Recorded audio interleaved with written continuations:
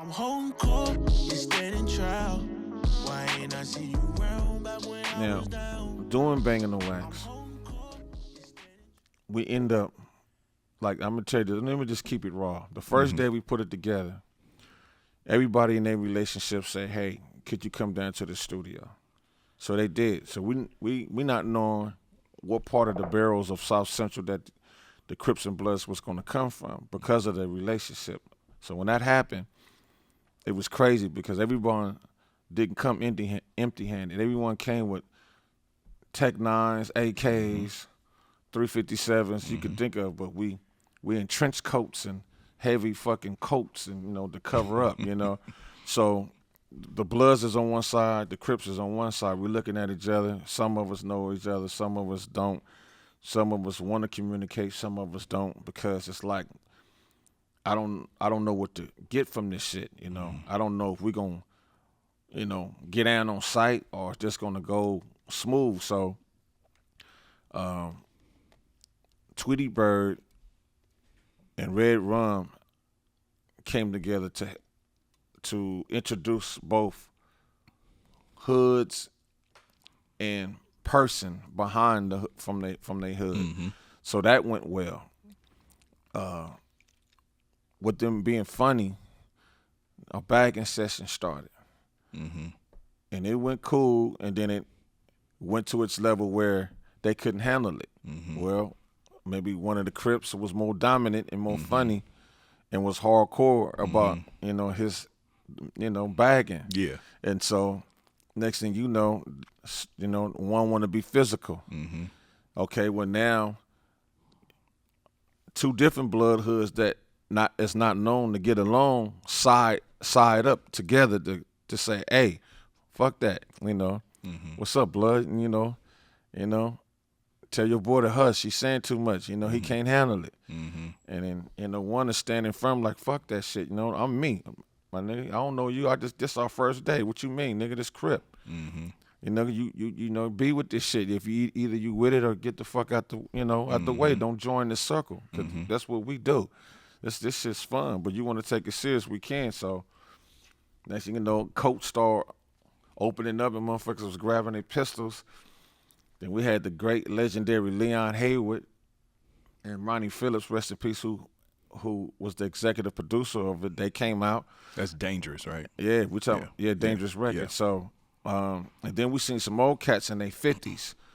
They sitting like behind all of us on both sides in corners. And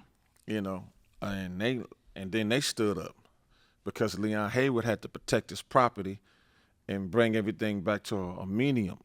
Like, hey, hold up. We know it can get like this, but respect what this is. This is a chance for you guys to be something other than what you are.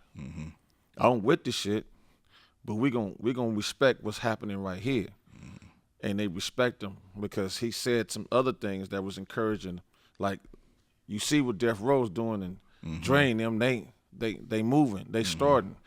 Now y'all need to come to a happy medium so y'all can potentially get where they're going if y'all want to do this music shit. So that helped tremendously. Now let's go back to your question that you asked me. What was the question I asked? Shit, I got so caught up in the story, I forgot the question. What was the question?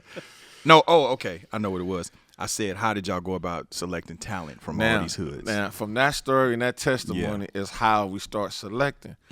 Look, the Bloods is the Bloods. They side with each other. The Crips is with the Crips. So all we did was we had producers that grew up maybe in the Blood or Crip neighborhood. And then one gentleman that said, you know what, I'm just, I feel them. I know one of them, Let me start cooking some shit for them. So I did the same with the Crips. I was the most talented in the room. And two other musicians came, Jay Stank, Dookie Fingers from Kelly Park Crip, and where Tweety Bird is from. He came.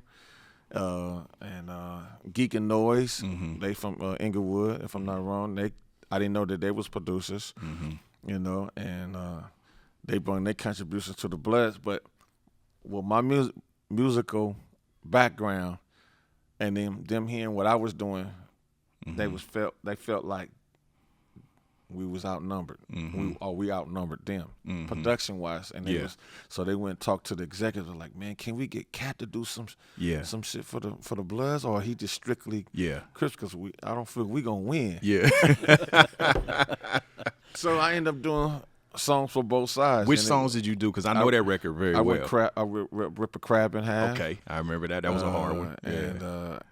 And mixed a couple of the other records. Okay. But I rapped on Mac Into the Slav Bitches. Yeah, that's was me. Yeah. On there, I did the first single, which was Bangin' On Wax, which is a remake of Peanut Butter by Lenny White. Yeah, that was dope. You know, that opened up the whole get down. Yeah, that was one of the dope songs on there too. So the Bloods just picked among themselves. Yeah. They didn't do no favoritism within their own side. Mm-hmm. You know, they just said, you know, okay, this is what the tracks is. Mm-hmm. Whoever got the hottest shit, they gonna go. If not, we got another song. We just kept going and going, and it's the same on the Crip side. So let me ask you, what was your favorite song on the Blood side? Piru Love. That's everybody's favorite song. No disrespect, that might be the best everybody's song. favorite song. Now I'm gonna tell you, we would have blew their ass out if two other records would have went. Everything's gonna see all right. And another slide, BKO, which is another Love TKO by Teddy Pendergrass. Yeah. I produced both of them with Jay Stank and Dookie Fingers. Okay. That would have matched that. Yeah. We heard them doing Piru Love, but if you would have heard my version of another slide, BKO, no disrespect to the Bloods, I love you. My Red Rag, y'all know what it is. I'm just saying the title, so don't take it because I'm saying it with so much authority that it's not like that. I got family from both sides. Yeah, real talk. But if those records would have went, and that never came out. No, because the executive producer. familiar. Let me tell you some shit. My skill set was so sharp. Without sampling, I recutted everything. Oh, you replayed so the shit. executive producer swore up and down there with samples. Yeah.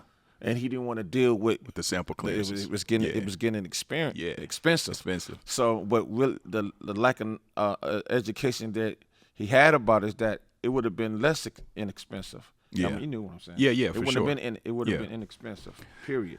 Because we're talking about licensing. Yeah. That's all we would have had to pay. Yeah. Instead of for the sample, you got to pay for that and the writers and the publishing. You got to go through all those. Yeah. Those But if you do an interpolation of it, you do a interpolation of it, you gonna win. Exactly. And that's what we was doing. So he got that later. So Piru Love was a remake, or yeah, you know it was. Yeah, if you really listen. Yeah, because you can hear it. You can hear it. Jay Stank, rest in peace. Yeah. He did that record. He used a vocoder instead of a talk box. Mm-hmm. He used MP60, and he had a JD by Roland. I think it was a JD 70 or something like that. He killed it. Man, I watched him do it. Crazy thing about Piru Love, bro, is I'm from a Crip neighborhood. Yes. So we all love that fucking song. Everybody love Piru Love, but we turn that shit down. You know what I'm saying? We ride through the hood and just creep it down crazy. a little bit. It's crazy because Nene X, rest in peace.